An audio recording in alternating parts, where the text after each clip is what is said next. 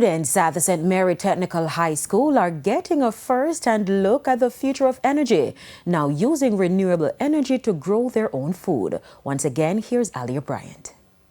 The St. Mary Technical High School has officially opened a renewable energy lab where solar power is being used to support vegetable production and practical agricultural training. Principal Orville Richards says self-sufficiency has always been part of the school's culture. In terms of producing the items, especially the items that we need in our canteen, we are able to cut on costs and we are able to drive some amount of profitability and raise revenue for ourselves. So we have a team of persons who are very dedicated, they are very committed to the cause, and they have the kids' best interests at heart, the school's best interests at heart. So these teachers are non-stop, believe it or not. They will do whatever it takes to ensure that we grow and strive as a school in every aspect of the school. Through its long-standing use of renewable energy, the school has been able to generate its own power. When the hurricanes came, we pulled out the resources that we had and we set them up in our own way, and we powered our system so that we reduce the loss to our canteen, our frozen things, and we also were able to provide a little lighting for security on our compound. And it's not just practical training. Renewable energy is also taught in the classrooms from grades 10 to 13. During a tour of the lab, Permanent Secretary in the Ministry of Education, Dr. Kasen Troop, said the ministry is pleased to invest in the future of the children. The lab represents a $20 million investment, but that's not alone. We are coming back here at One Tech to build up their robotics lab, and that's another $10 million of investment, because we are driving technical education and we are starting with our technical high schools right across the country. We have 15 technical high schools in Jamaica, and we are putting them on the forefront so they can provide the students with cutting-edge education, with competency-based education, so that they can compete globally. They have their own soap. There's a factory. Students are making soap and they have packaged it and labeled it, and they're learning entrepreneurial skills. You know what? I think I want to be a student right here at St. Mary Technical High School.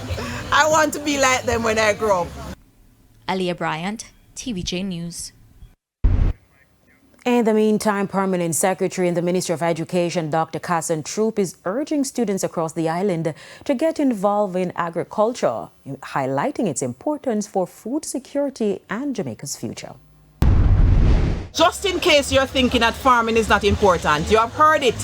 There's a food security crisis globally, and so you have to get involved in farming. And I can stand here as your permanent secretary, as a student of agriculture.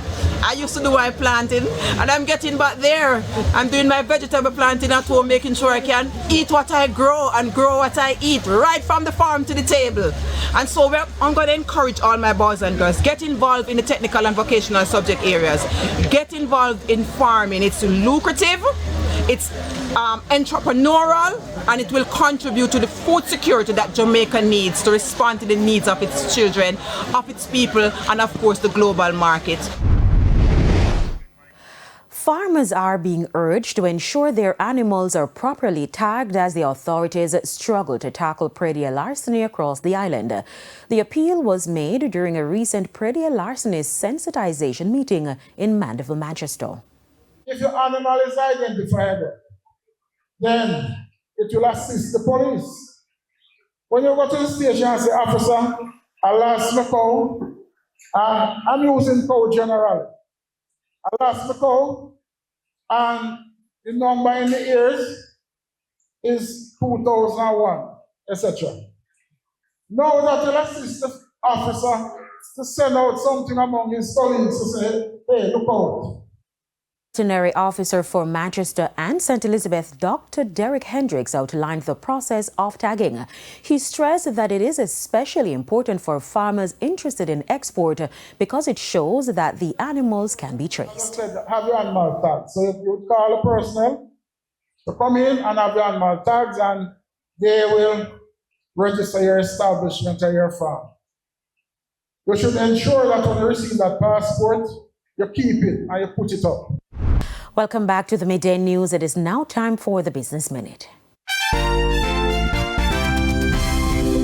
Tax Administration Jamaica is warning taxpayers not to file misleading tax returns. TAJ is also reminding all taxpayers, particularly businesses, that a deliberate failure to declare their correct income, profits, or gains with the intention to defraud the government of revenue is a serious offense under the Income Tax Act. The warning comes after the TAJ successfully prosecuted used car dealers who filed misleading nil income tax returns for many years while continuing to conduct business. The charges were filed following investigations which revealed that they imported and sold hundreds of motor vehicles between 2020 and 2023, but reported no income to the tax department. All of these companies pleaded guilty and were fined a total of $12.3 million. They actually recorded gross income of $4 billion during the same period, contrary to the nil income reported before they were prosecuted. Further afield, progress is being made in the biggest nurses' strike New York City has ever seen. Tentative contract talks have been reached with Montefiore and Mount Sinai nurses, according to union officials. And if they are ratified, nearly 11,000 nurses could be back on the job within the next few days. The nurses are expected to vote on the deals between now and Wednesday. Roughly 4,200 nurses from New York Presbyterian are still on the picket line. And that's it for the Business Minute. I'm Prince Moore. Thank you, Prince Moore. Time now for the top regional and international stories. In the region, Suriname police have ordered illegal miners to leave areas of the Zijin-owned Rosabelle gold mines by Friday morning after a fatal accident.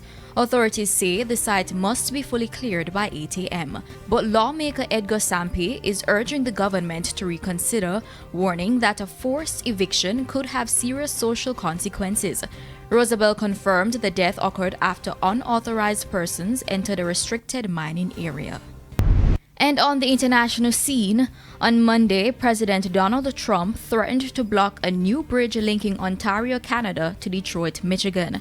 In a social media post, Trump said the bridge will not open until the U.S. is fully compensated for what it has given to Canada. The Gordie Howe Bridge, now under construction, is expected to cost more than $4 billion. Trump's comments come amid threats of new tariffs over Canada's trade ties with China. And those were the top regional and international stories. I'm Aaliyah Bryant.